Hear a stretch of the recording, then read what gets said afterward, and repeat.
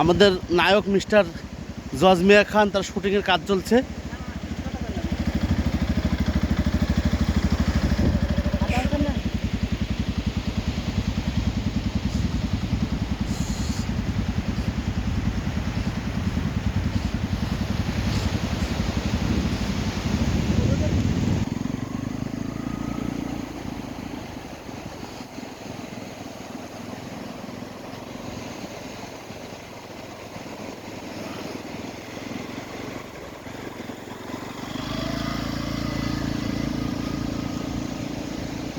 আসলে কক্সবাজারে বাইক চালানোর মজাই আলাদা।